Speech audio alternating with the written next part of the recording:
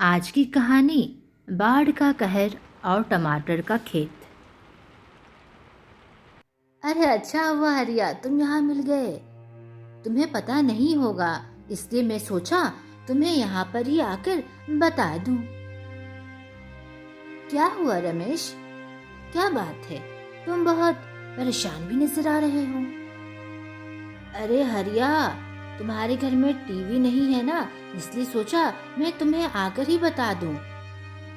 अभी टीवी पर समाचार आया था, उसमें बताया जा रहा था कि 2-3 दिन के अंदर बहुत ही वर्षा होने वाली है और हमारे गांव में भी बाढ़ आने का अनुमान लगाया जा रहा है।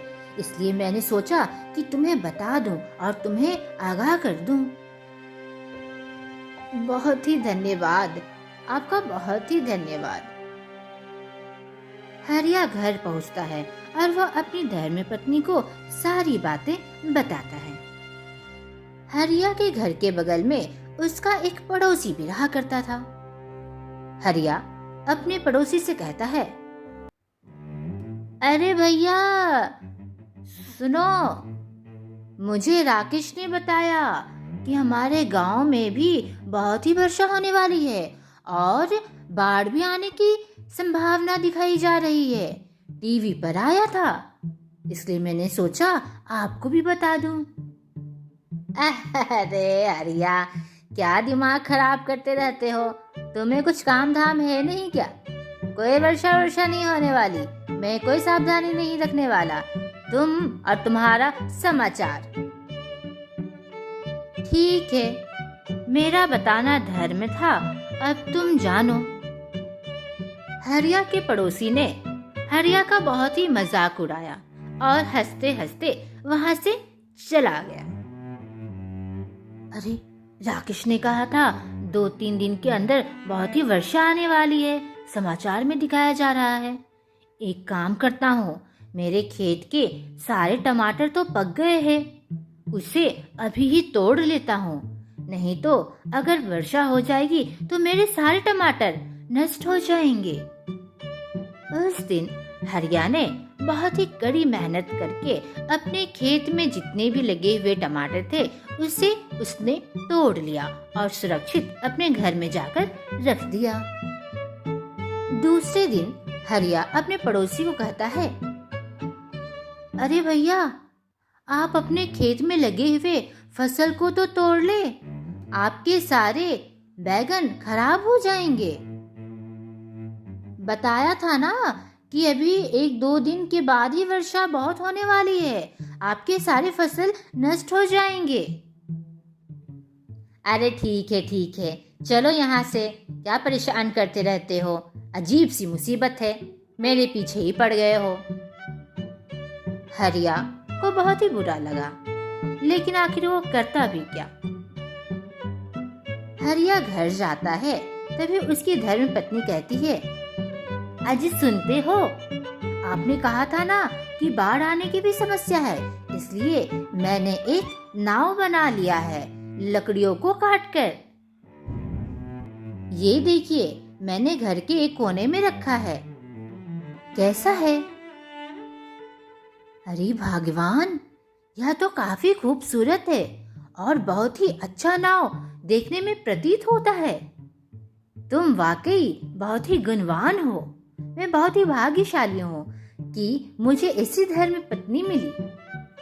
अजी, आपको पता है, कुछ खाने पीने का सामान भी मैंने नाव के अंदर रख दिया है और आपने जितने भी टमाटर अपने खेत से तोड़े थे ना, सारे टमाटर को सुरक्षित इस नाव में मैंने पहले से रख दिया है, ताकि अगर बाढ़ की समस्या होती भी है तो हम लोग बहुत ही आसानी से उस समस्या का समाधान निकाल सकते हैं और हमें ज्यादा परेशान होने की जरूरत नहीं पड़ेगी।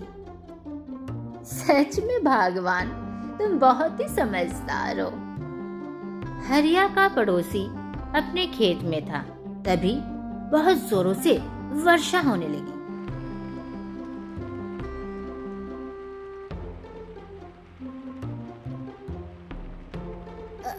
अरे ये क्या? ये तो सच में वर्षा हो रही है और वो भी इतनी तेजी से इतनी जोरदार बारिश हो रही है। अरे मेरे खेत के सारे बैगन खराब हो जाएंगे। देखते ही देखते 5-6 घंटे के अंदर उस गांव में इतनी जोरदार बारिश हुई कि वहां पर बाढ़ आ गया।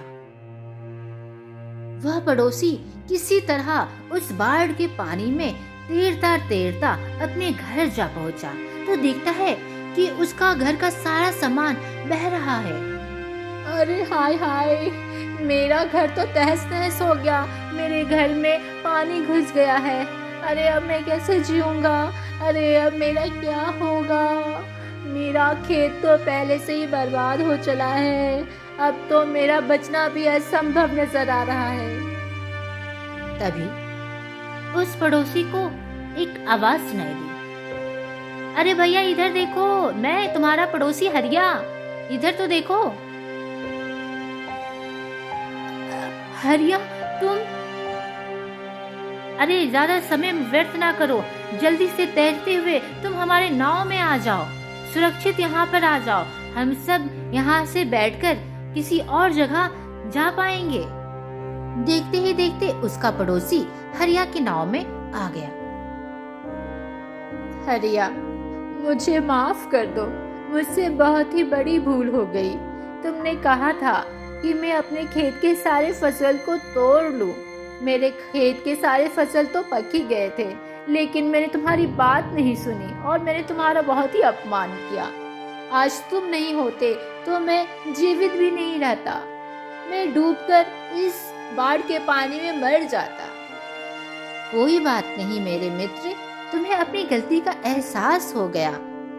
बस मुझे और क्या चाहिए? हरिया, तुम्हारे खेत को क्या हुआ? तुमने तो सारे टमाटर तोड़ लिए थे ना? कहीं वो पानी में तो नहीं बह गए? अरे नहीं नहीं, मेरी पत्नी ने सारे टमाटर इस नाव में ही रखे। खाने पीने का भी सामान है। हमारा अच्छी तरीके से गुजारा इसी नाव में बहुत दिनों तक हो जाएगा। चिंता करने की बात नहीं है। मेरी धर्मपत्नी बहुत ही समझदार है। 3-4 दिनों तक लगातार वहां पर बहुत ही वर्षा होती ही रही और बाढ़ का पानी बहुत ही तेजी से बढ़ रहा था। लेकिन उस परिस्थिति में भी हरिया, उसकी धर्मपत्नी और उसके पड़ोसी बहुत ही अच्छी तरीके से गुजारा उस नाव में कर पा रहे थे, क्योंकि आने वाले खतरों के लिए उन लोगों ने सारी व्यवस्था पहले से करके रखी थी। कुछ दिनों के बाद वर्षा कम हो गई और बारिश रुक गई और बाढ़ का पानी भी गांव से निकल गया था। फिर सब कोई पहले की तरह अच्छी तरीके से जीवन जीने लगे। तो देखा दोस्तों, आज की कहानी से हमें यह सीख मिलती है कि अगर भविष्य में आने की समस्या के बारे में अगर हमें कोई जानकारी है तो उसका समाधान हमें खोजकर अवश्य रखना चाहिए, ताकि जब समस्या हम पर आए तो हम लोग उसको बहुत ही अच्छी तरीके से संभाल पाए, उससे बहुत ही अच्छी तरीके से लड़ पाए। क्या आप बता सकते हैं इस कहानी में बाढ़ के पानी से बचने के लिए हरिया की धर्मपत्नी ने क्या बनाया था? अपने जवाब कमेंट बॉक्स में जरूर से लिखिए। तो अभी के लिए बस इतना ही। मिलते हैं फिर नेक्स्ट हिंदी कार्टून कहानी वीडियो में। Tata, good bye.